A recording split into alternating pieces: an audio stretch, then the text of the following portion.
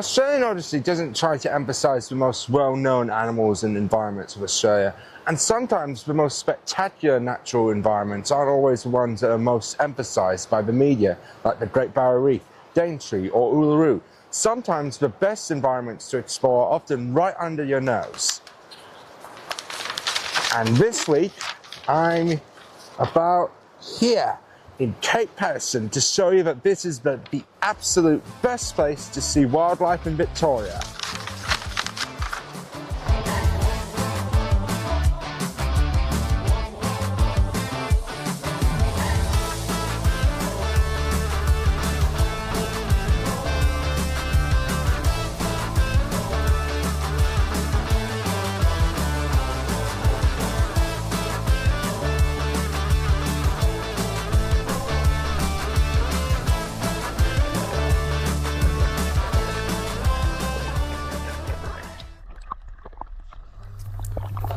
Whilst the waters appear to be crystal clear from the surface, underwater the visibility disappears almost instantly, but the marine life inhabiting these seaweed reefs, they certainly don't seem to mind.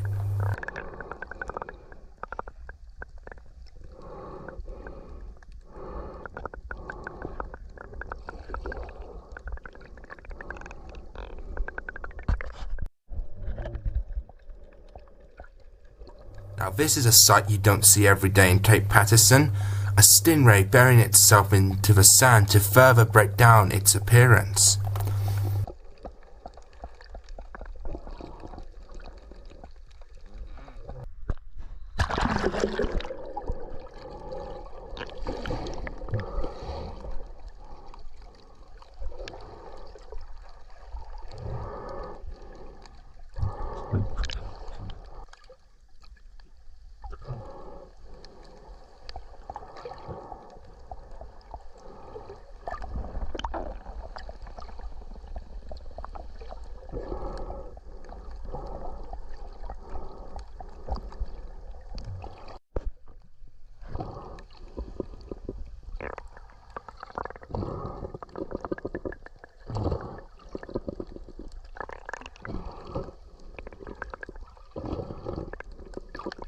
Since visibility is rubbish at the moment, I decide to seek out what lives in the rock pool.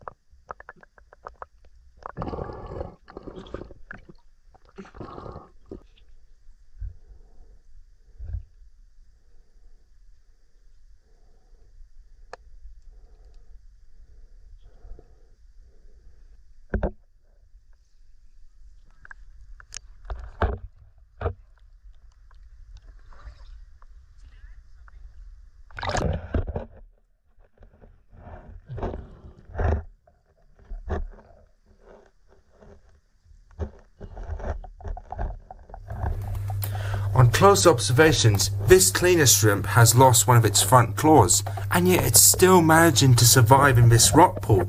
Now that's tiny but mighty.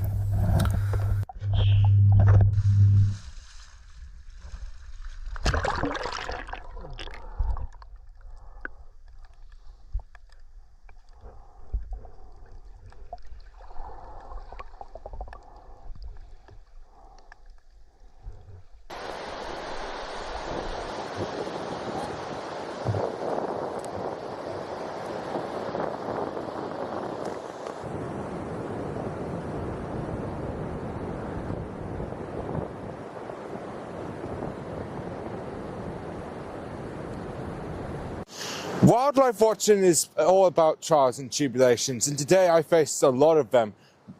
Murky water, strong waves, strong winds. So today was just a little bit of a dull start to our snorkeling here in Cape Paterson, but tomorrow I'm hoping that conditions will be much clearer and we'll be able to see some much more cool wildlife found right underneath those waves.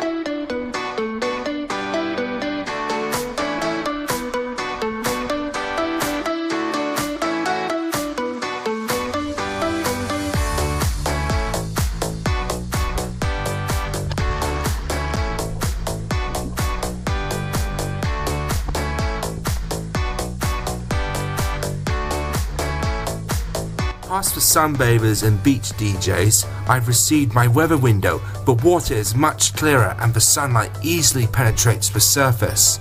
This is gonna be awesome.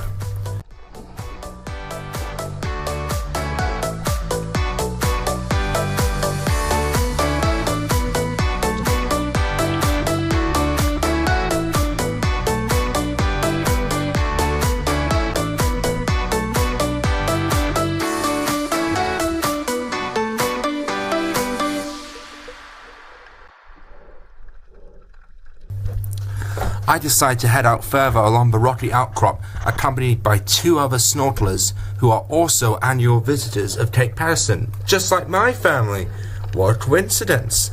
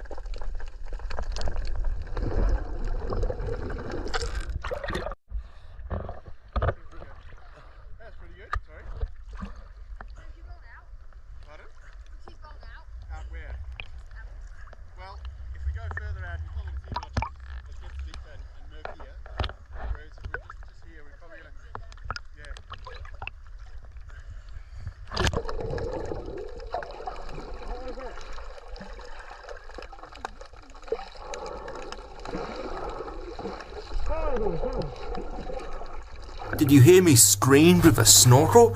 This is one of the stupendous stingrays that inhabit this stretch of the Cape Paterson coast. So stupendous that I often nickname them Big Ray.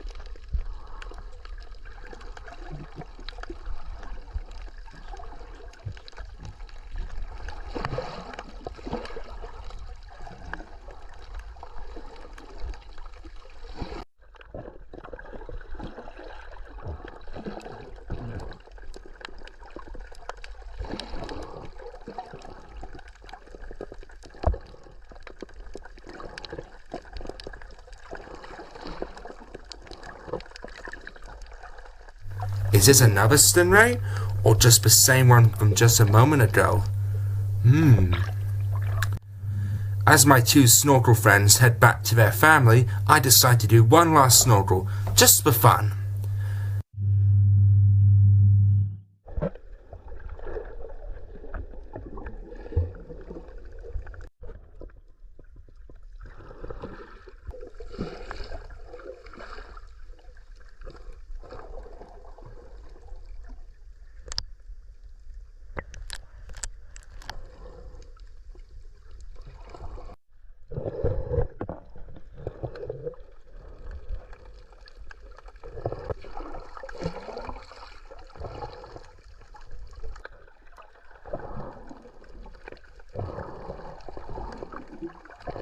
Ah yes, the classic leather jacket defense display, erecting its dorsal fin to signal to me, "Go away, Buster!"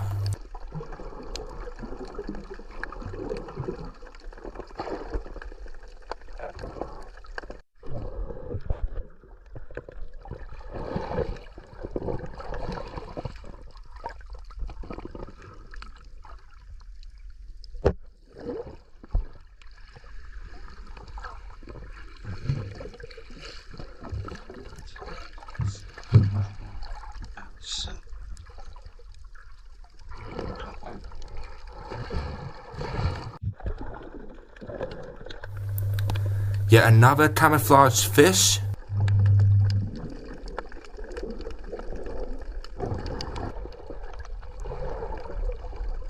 And, perhaps an Australian barracuda rocketing along the seaweed.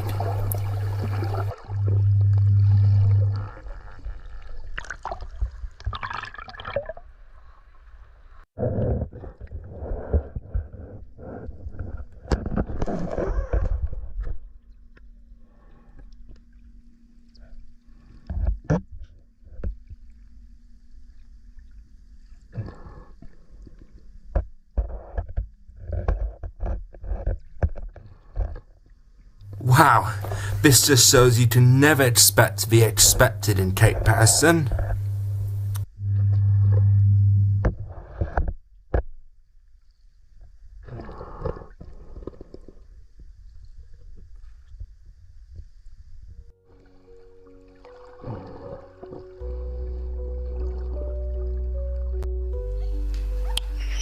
So, whilst today might have been a great day for snorkeling, it's also been a bit of a sad day for us all. This wombat was found on the side of the road this morning, and after it was taken to the local vets, it was found dead. It passed away. But if you look at it closely, there's no scars, no severe bleeding, so it's more than likely that this wombat died of natural causes. What this reminds us that even when a beloved Australian animal like a wombat passes away, life continues on. Its burrow will become a new home for all sorts of mammals, maybe even another wombat. And its decomposing body will provide nutrients for the Australian bush.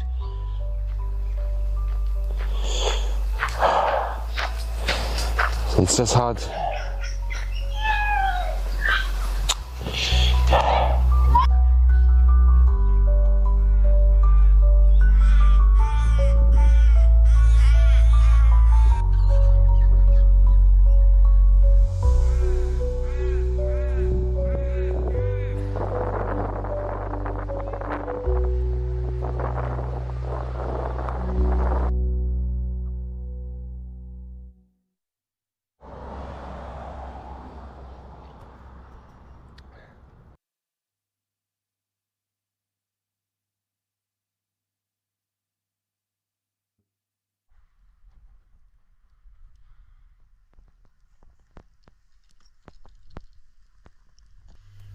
Next day, after a refreshing drink from the corner store, it's time for another snorkel, and today I decide to do an inversion of yesterday's snorkel.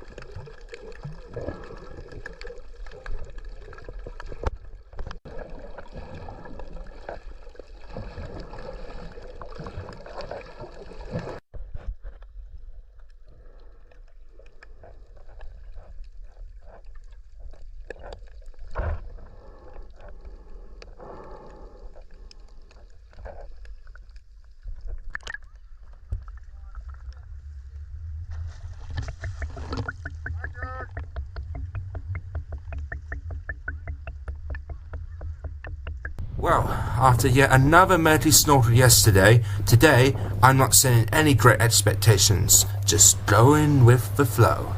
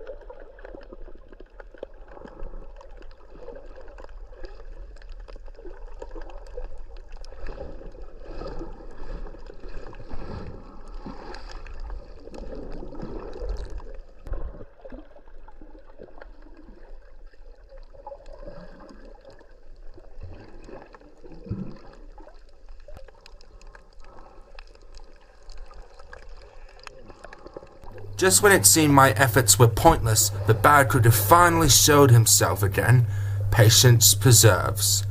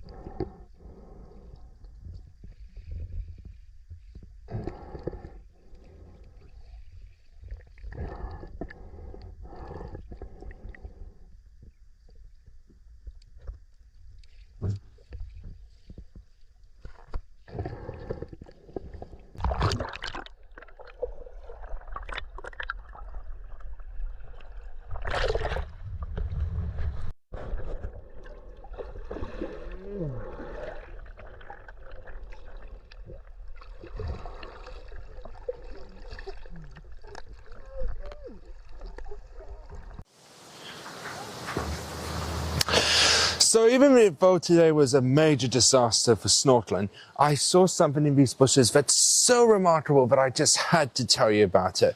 Earlier today, I was out taking the rubbish to the bins, and I walked past this copper tip plant, and when I saw a tiny little white dot hanging from a string, it was a small spider holding onto a smaller black bud.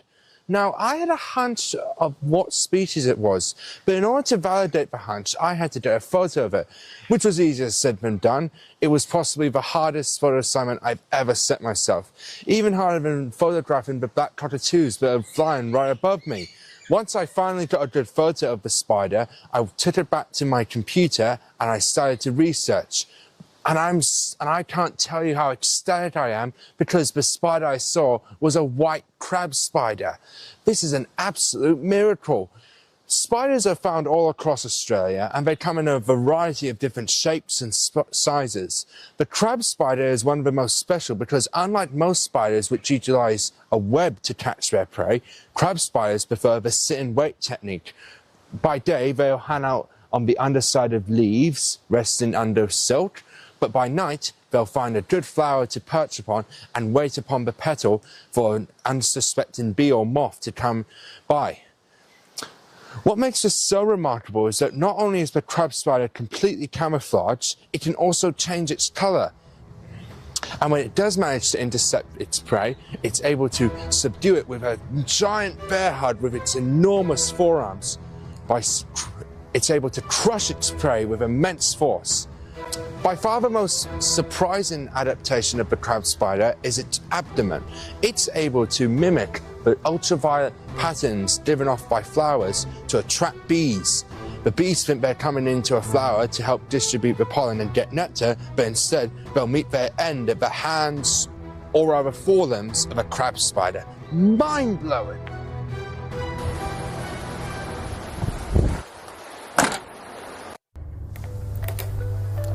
It's my family's final day and I'm hoping to end on a high by going off the known track as we head down towards Inverloch.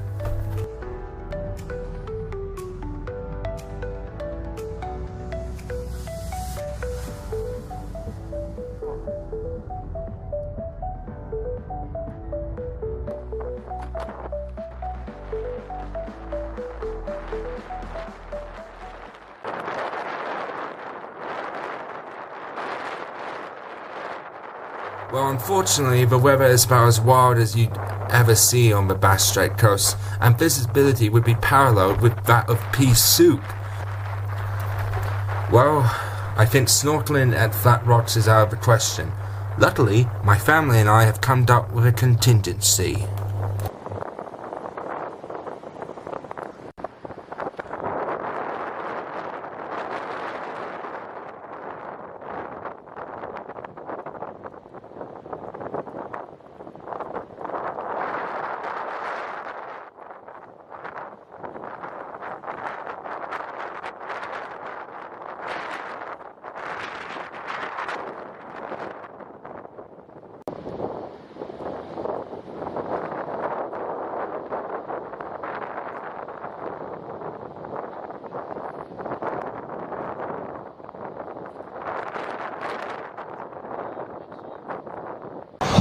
So the weather is terrible, and if I was to head out into the waves, I would probably be lost to sea.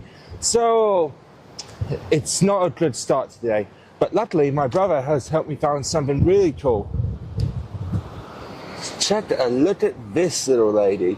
And you can tell it's a lady because if you look at the underside of her belly, her tail is fan-shaped, and that enables her to carry her eggs. You think that rock pools would be a very dull place to find creatures, but if you look at it, every little bit of plant, mussel and crab is staking their claim. A rock pool is a natural environment where competition is paramount. Every species is fighting for their claim of area. All right, little lady, off you go.